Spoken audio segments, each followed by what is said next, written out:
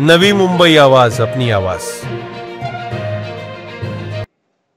म्हणजे त्यांची काय इच्छा आहे की आम्ही रस्त्यावर यावं, आम्ही आतंक फैलवावा, अशी त्यांची इच्छा आहे का? बघा, आमची तशी इच्छा नाही आहे. आमची इच्छा एवढीच आहे की मतदार याद्या रेक्टिफाय झाल्या पाहिजे, त्या ठिकाणी व्यवस्थित लोकशाहीचा अधिकार आम्हाला जो संविधानाने दिलेला आहे तो आम्ही बजावू शकलो पाहिजे।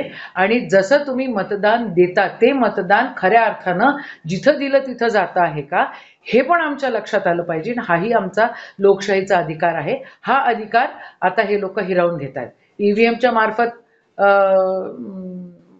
वोटिंग होत आहे आणि व्हीव्हीपॅट पण आता राहणार नाही, असाही विषय आमच्या कानावर आलेला आहे।